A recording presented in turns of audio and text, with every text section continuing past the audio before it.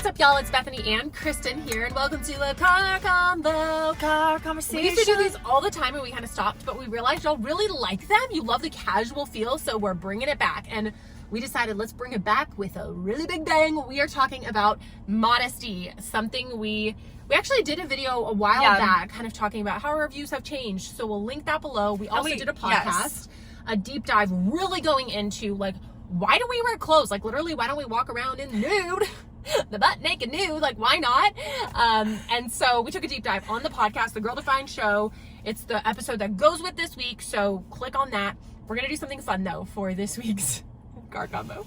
We have questions about modesty for each other, and we don't know what we're gonna ask each other. Yeah, so I have a question. I just thought of it. This was her idea. She's like, let's just ask each other questions and we won't tell what the questions are. It'll be a surprise. It'll be a surprise for everyone. Weirdo. Well, I just have to say off the bat, we are currently sitting in Texas where so we're in the car, and on my dash it says it's 111 degrees outside. So if we can have a conversation about modesty and talk about modest clothing in 111 degree weather, you can do it too wherever you live. You can embrace modesty. Okay, so my question for you is this. I'm so nervous.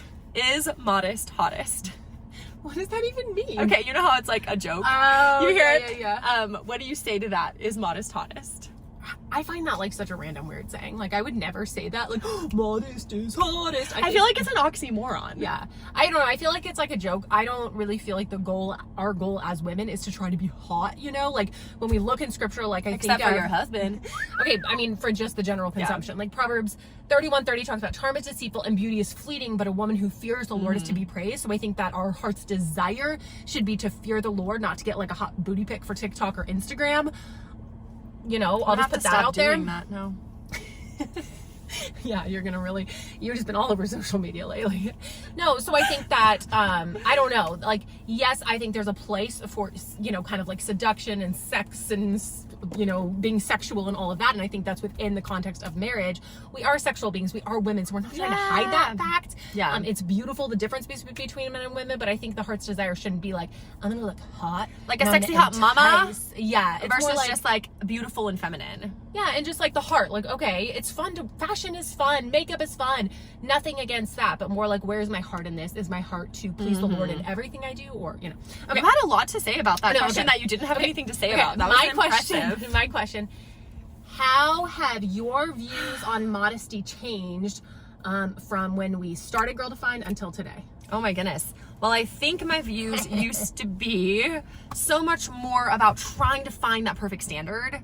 Like, what is that perfect standard for modesty? Like, I'm a very black and white kind of person. I'm a very, like, type A, just like, I want my ducks in a row. I want to know, like, and like, okay, I got it. I got the plan. I know what godliness She is. lives in the box. I live outside of it. If you can tell, I'm like, let's ask questions. Like, but what's the plan? I'm like, what's the plan? Yes. So for me, I think earlier on, I was really like, I wanted to have like those very distinct boundaries, like those very specific, you know, guidelines, like, okay, this is, you know, honoring to God, you know, certain like shorts this length or sleeves this length or whatever it was, you know, but this wouldn't be honoring to God. And I think, you know, in my quest for wanting to find some sort of very clear answer, which in scripture we don't see black and white, like a list of like, okay, for a modest woman, this is the clothing she must wear. We don't see that. And I think that's intentional, that God makes it about the heart, and the heart working from the inside to the outside.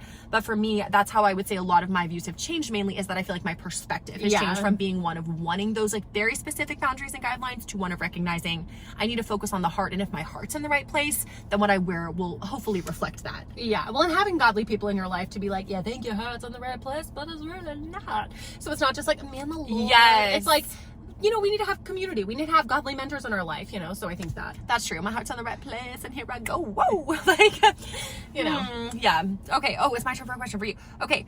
This is just like a really practical question. How do you, on like a daily basis, like you shop for clothes, you love to go shopping, you love to buy stuff online, you're like a shopper lady, right? You've always been that way.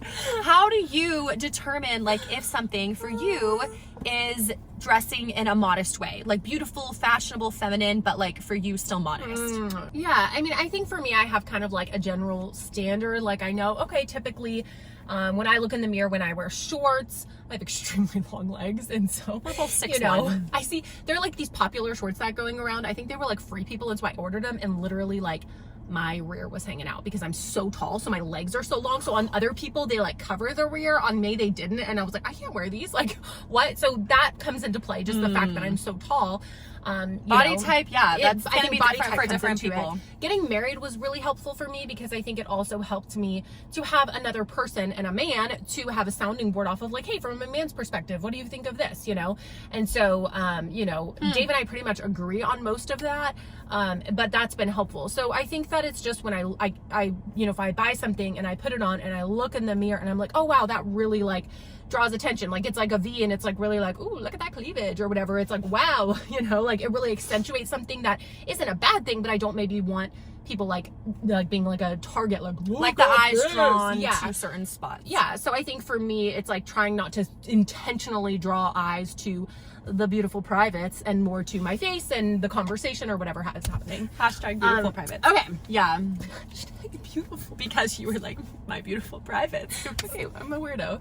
Okay, question for you is, let's see. Okay, going from being single to being married, how did that impact your views on modesty and how did it change? Oh, I feel like Zach and I have been evolving over the years. Like, what we thought back then is like not at all what we think now. But really? like not at all. Okay, that sounds really extreme. Like we were so extreme on each of the pendulum. We're so different.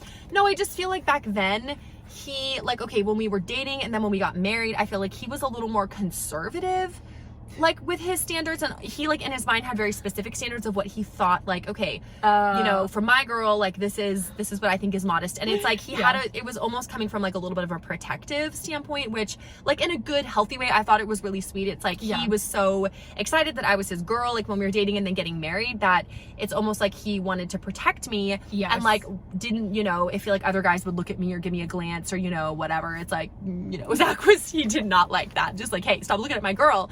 And so when it came to like clothing, he's like, I don't want guys to get what's mine. Like anything that would be like provocative, like if I would wear something and it might be like too low cut or like the shorts, it's like, oh, if he felt like they were looking at my legs, he's like, he just didn't like that. So he's like, he was almost swinging to an extreme of like, okay, just wear a sheet when you go. Oh my God. But he was realizing like, that's crazy. And so he and I had some like conflict early on about that. You probably remember those days. A little bit. And so we changed in that it's like, we really just had to get practical. Like, okay, like conversations about clothes and like him not just like, wanting me to wear things because it's like he doesn't want another guy to look at me, or it's like just having standards that make sense, that are focused on the heart. Like, and for me as a woman, wanting to be sensitive to my husband, not just like, whatever, you don't know anything, but like really like, I want to hear what you think. Like I value your opinion, your perspective as a man. It's different than mine as a woman, and so kind of together having those conversations, I feel like we each had our perspectives and then we came together, and over a few years, honestly, it's like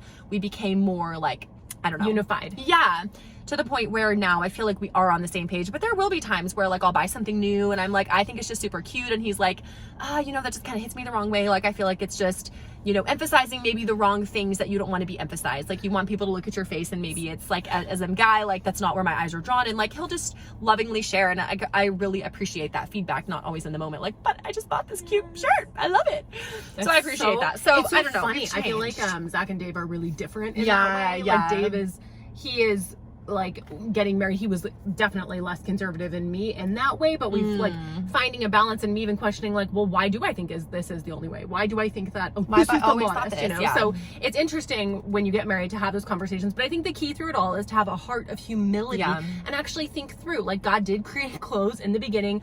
Listen to the recent podcast, we take a deep dive into it, Girldefined show, but it's just having a heart of humility, saying, God, I'm going to glorify you in everything that I do, and that includes what I wear, and how I present myself as your daughter, as a Christian, as an image bearer. So just having that heart of humility, and, not like recognizing our bodies are a temple, like we are a temple for the Holy Spirit. And so like, everything we do for the glory of God, and we show respect to the bodies God gave us, and we dress in a way that shows respect for those around us, like out of deference and love and care for others too. Like it's not just about us and what we think is cute and fun, but it's about the Lord, Yeah. ultimately. And if you want to gain like a more Yeah. thorough perspective of femininity, Girldefined, God's radical design for beauty, femininity, and identity, I think gives this beautiful, holistic, scriptural view of why God created us as women with the beautiful design, our different, you know, physical makeup than men. This really presents such an incredible perspective of it. So take a deep dive, girldefined.com to grab a copy, and we will see y'all next week.